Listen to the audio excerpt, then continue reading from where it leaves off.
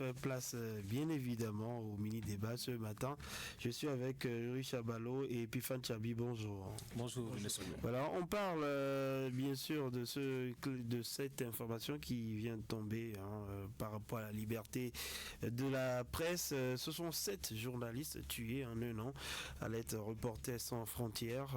Le classement sera publié au fil donc des heures et on en connaîtra davantage en ce qui concerne les arrestations et tout le reste.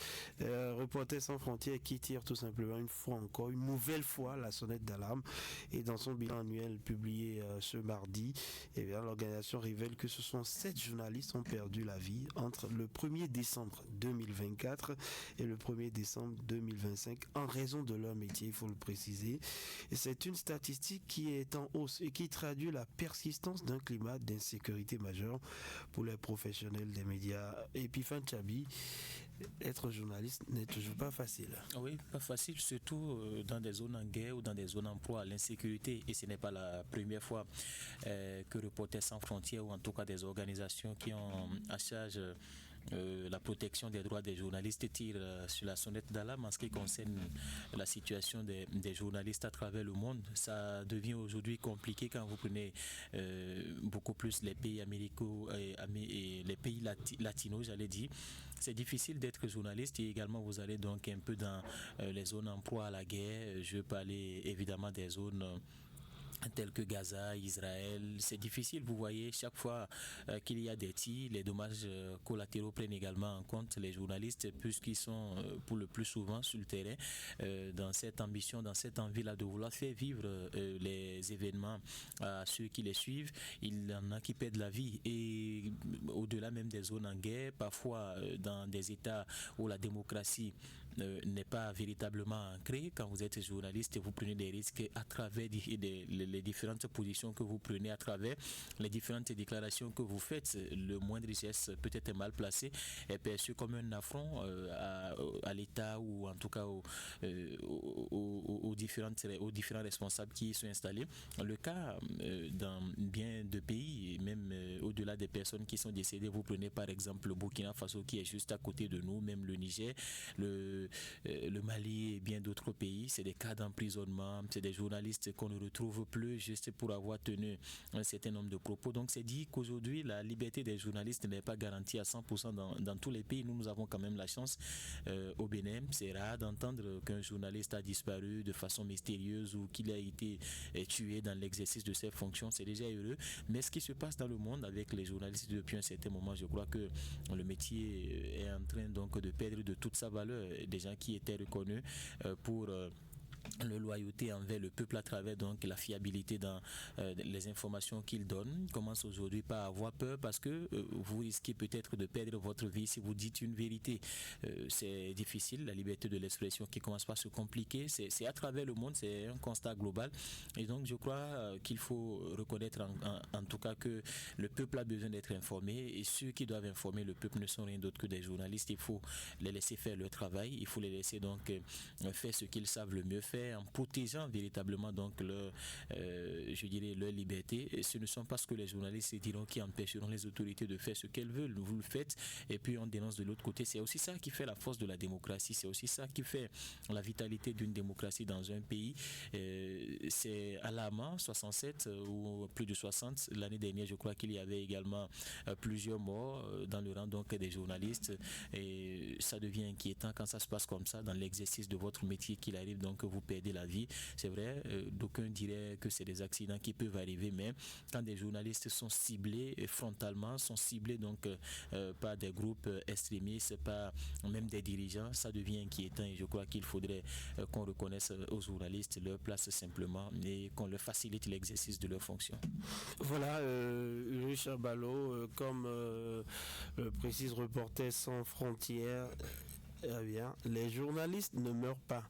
Ils sont tués, insiste l'organisation qui dénonce la responsabilité des forces armées régulières et aussi la responsabilité des réseaux criminels. Moi je pense que c'est triste quand même qu'on se retrouve face à de telles informations, et ce n'est pas la première fois que Reporters sans frontières fait de ces bilans-là. Si on doit ajouter pour cette année aux années antérieures, au précédent bilan effectué par la même structure, je crois qu'on a dépassé largement la centaine, sinon beaucoup plus de journalistes qui ont perdu leur vie dans l'exercice de leurs fonctions. Ça pose un véritable problème. On se rappelle de ces personnes parfois quand le jour de leur décès revient, ou alors parce qu'on a initié peut-être un jeu concours, quelque chose pour leur rendre hommage. Mais à part ça, rien du tout. C'est pour dire que le métier du journaliste, c'est un métier tellement compliqué et vous n'avez pas de soutien autour de vous quand vous vous retrouvez dans des situations. Quand tu viens, par exemple, à la radio et que dans ton analyse, tu sembles t'écarter légèrement de ce que, par exemple, les populations pensent, tu sors, tu es lynché verbalement. On dit, mais c'est toi qui racontais des bêtises à l'antenne ou bien tu as pris l'argent chez quelqu'un. Et dans le même temps, quand tu te ranges dans un autre rang, parce que c'est ton analyse, toi, tu pourrais aussi recevoir des menaces. Il y en a qui en ont fait les frais, même sur place ici à Parakou. On t'appelle, on dit fais attention à ce que tu dis à l'antenne. Alors que toi, tu livres ton analyse. Parce que tu as étudié, tu as appris à faire du journalisme et sur la base de ce qu'on t'a appris à l'école, toi, tu fais l'analyse d'une situation, mais on t'en veut pour ça. Il y en a qui choisissent, c'est vrai, de participer à des guerres. On les appelle des journalistes de guerre. Et malheureusement, c'est des balles perdues que ces personnes reçoivent également. Donc, il y a plusieurs situations qui pourraient expliquer ces cas de décès de journalistes. Tout compte fait, ça vient montrer combien de fois c'est quand même un métier sensible que nous faisons. Et pour ça, il faut, je pense, qu'on accorde beaucoup plus d'attention, que s'il y a possibilité, les autorités accordent beaucoup plus de facilité, beaucoup plus d'encadrement, de sécurité à ces personnes-là qui choisissent de donner leur vie et pour un métier aussi risqué que cela. Il faut, et c'est sur la base des tests bien entendu, il faut légiférer pour permettre aux journalistes d'être à l'aise dans le rôle qu'ils jouent dans le pays. C'est un rôle très nécessaire parce que vous l'avez compris, quand on a vu le président de la HAC qui a fait un tour il y a quelques heures à la SRTV, vous avez suivi un peu la profondeur de ses propos, le rôle que le journaliste peut jouer dans un pays. Et c'est ce même journaliste qui devient rapidement un acteur de la paix quand il le faut.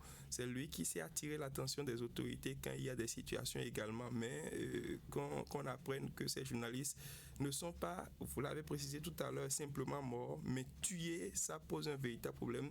C'est comme si on les en veut parce qu'ils détiennent la vérité. C'est comme si on les en veut pour leur position parfois, parce qu'eux, ils sont des hommes publics et ils sont appelés à livrer leur opinion chaque jour que Dieu fait. Moi, je vais prier, monsieur, tout le monde, mais beaucoup plus les autorités, également les populations, de protéger les journalistes qui jouent un véritable rôle, toujours pour le bonheur de monsieur tout le monde. Voilà, donc il faut, Epiphane Tchabi, revenir aussi sur le continent pour dire qu'il n'est pas rare d'enregistrer de ces cas, mais beaucoup plus des journalistes emprisonnés, jetés en prison parce que voilà, on estime qu'ils dérangent. Oui, il y en a qui disparaissent et on ne retrouve pas leurs traces. Vous avez le cas au Cameroun avec Martinez Zongo, Martinez, je crois qu'on n'arrive pas à retrouver jusqu'à aujourd'hui.